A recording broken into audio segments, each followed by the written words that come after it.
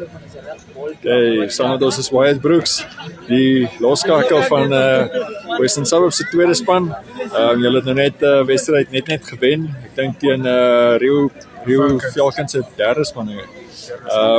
Ja, baie hard gereën terwyl die game aan die gang was.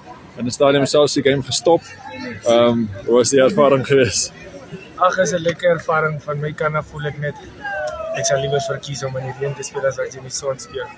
Maar op 'n tyd het dit te veel gereën. Toe moet die afrigter bietjie die game stop want die reën was bietjie te veel. Daar het ons hier aangegaan. Aan my kant af voel ek net die boys het opgedag. Ons mekaar gehelp tot die einde. En daar's nog een game oor.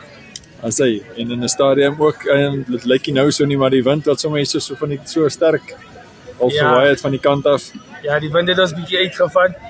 Ons bietjie nader aan mekaar ook gespeel net in oor die reën, maar die bal bietjie nat was.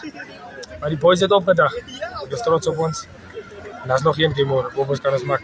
As hy teen wie speel hulle volgende? Laaste game is Marinta. As hy sterkte vir hulle. As hy, en ja.